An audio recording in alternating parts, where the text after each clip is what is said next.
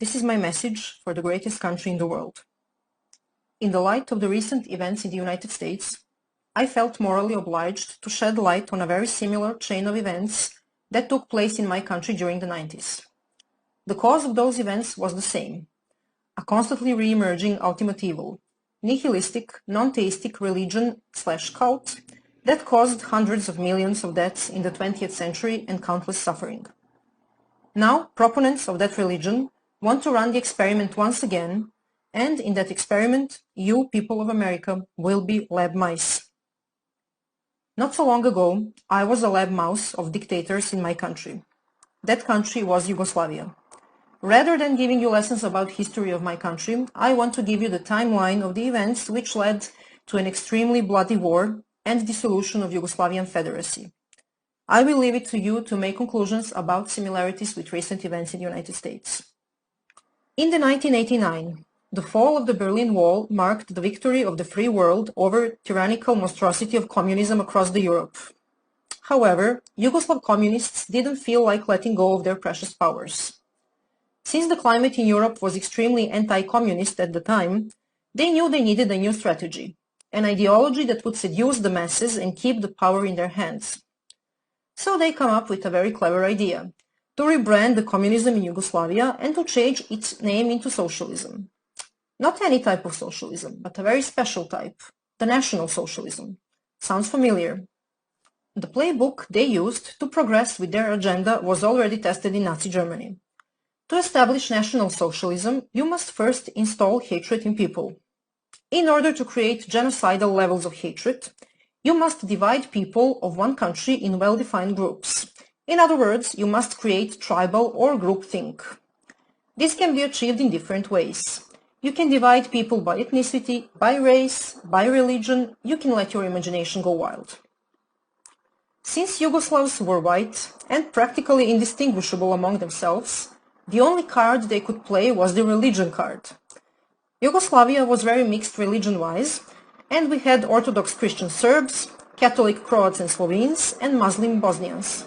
A perfect starting position.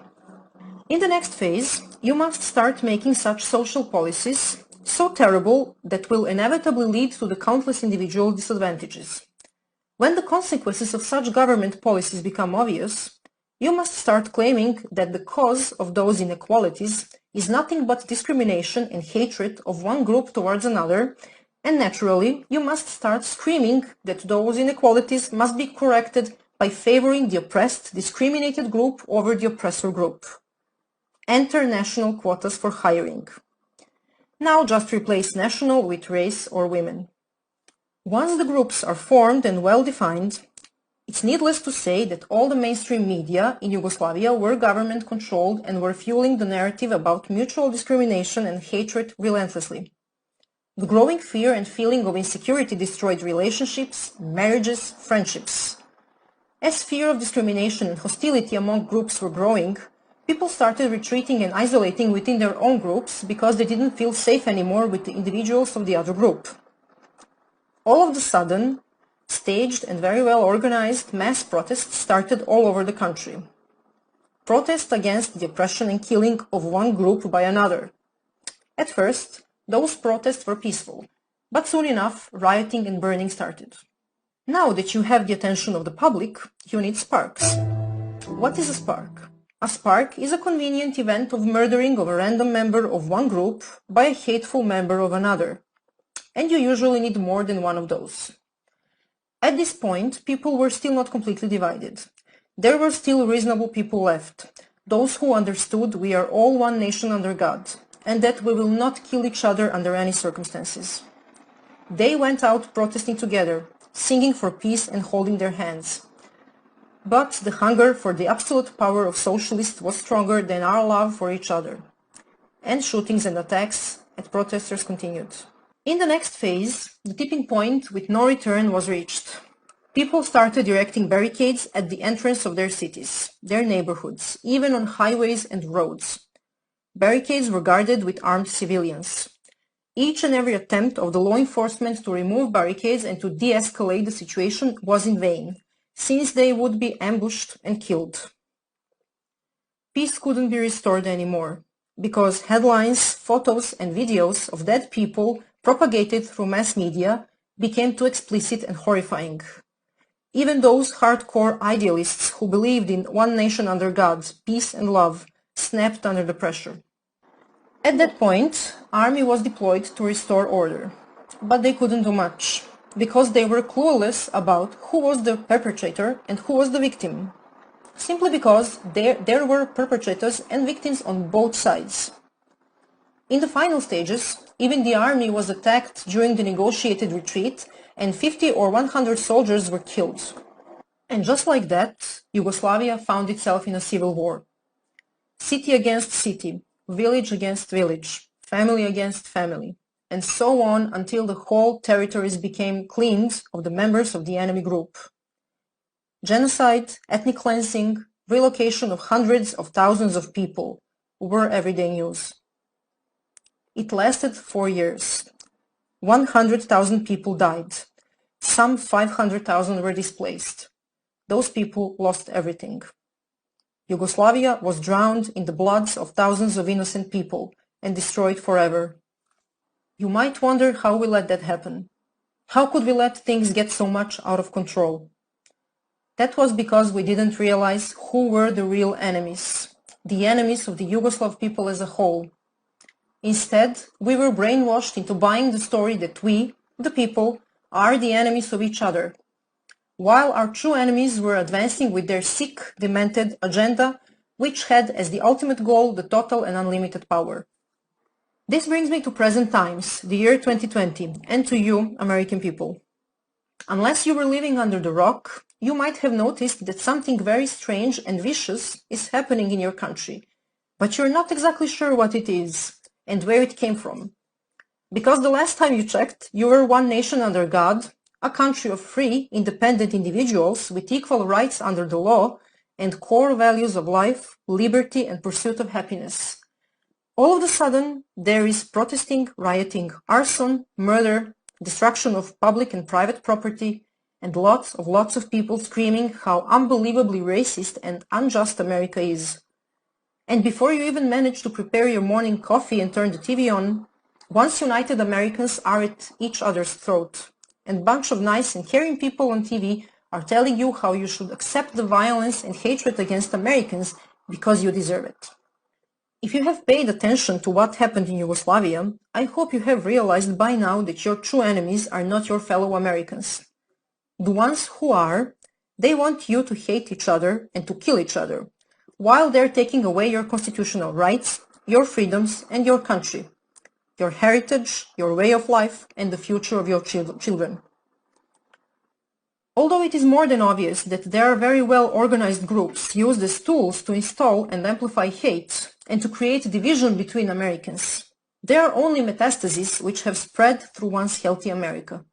Of course, there are violent terrorist organizations and they must be removed as well.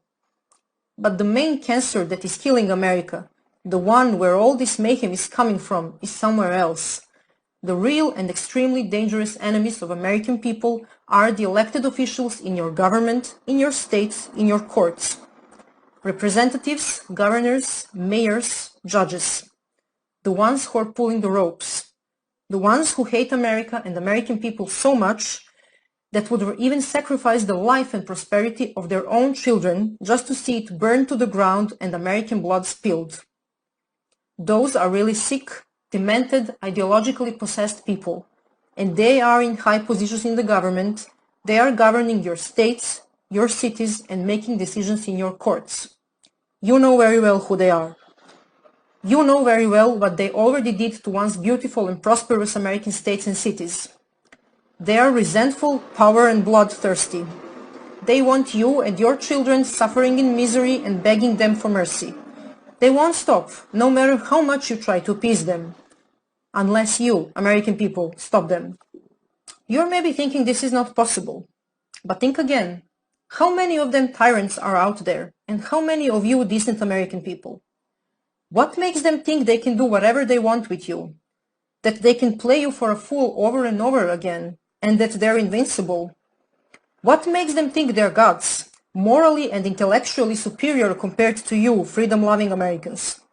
Yes, you guessed it. The fact that they managed to get away with it every single time.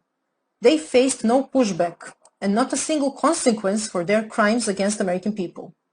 The time has come for them to pay for their treason. How you should act? First thing that you must do, stop caring whether you've been called a racist, a white supremacist, a selfish person who wants to spread the C-1984, or whatever nice name they have for you. This irrational fear of stigma, a phobia of being called a racist, has way more destructive implications than you can even imagine. Stop caring whether you'll offend anyone. Number of people offended by you practicing your First Amendment rights is directly proportional to how successful you are in that. Which means, the more offended, the merrier. Stop attempting to have a fact or logic-based rational conversation. Stop explaining yourself. It's useless. You're wasting your precious time and energy. They have a playbook, and changing their minds is not part of it.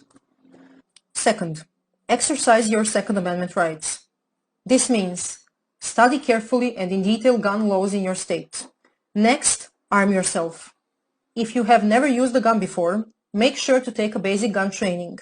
This is very important because you must know how to use a gun properly to protect yourself, your family, and your property, so that you can avoid hurting yourself or innocent people as a consequence of improper gun use. Be a responsible gun owner.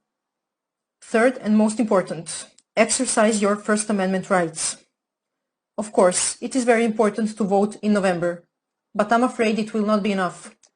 I have seen such a diversity of ways socialists used to steal the elections in Yugoslavia, and I'm absolutely sure your tyrants will give their best to do the same. You must act now. You must go out on the streets, peacefully assemble and protest against tyranny and infringement of your God-given rights. Millions and millions of you decent American people, you must have your voices heard. You must send a very loud and a very clear message to the elected officials in the federal government and in your states that enough is enough, and that you want them to take action now against tyranny. Remind them why you voted for them and why they are elected. Remind them of their sacred duty to protect the vision of founding fathers of the United States of America. Tell them you want your constitutional rights defended and protected. Tell them you want your history preserved.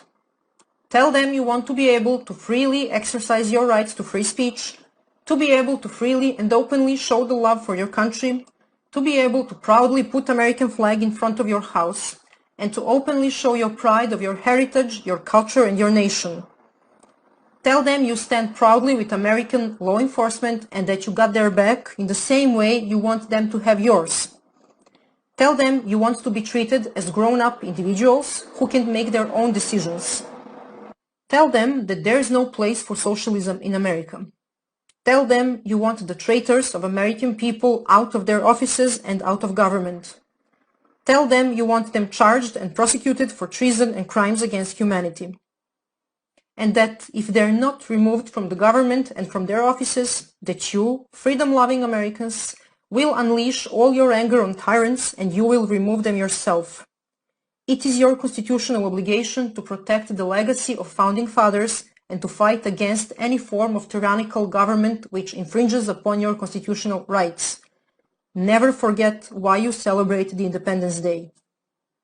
Don't be afraid whether you will get attacked for exercising your First Amendment rights. You certainly will be. If that happens, defend yourself. Remember, self-defense is not violence, no matter what they tell you and what they accuse you of. President Trump is on your side, and on the side of liberty. Because if he weren't, they wouldn't try this hard to sabotage him in every way possible, to make a nightmare out of his life and his presidency, and to remove him from the office. He's in their way of them getting what they want. But he cannot fight this battle alone. He's having a very hard time right now, defending your freedoms. That's why you must show him you stand tall and proud with him, united in a fight against tyranny, against hate and violence, and against the ultimate evil of socialism. You must show your open and unlimited support to his vision of draining the swamp and protecting the law and order and freedoms of American people. You must understand that, besides being a gatekeeper of free America, President Trump is also a gatekeeper of the free world.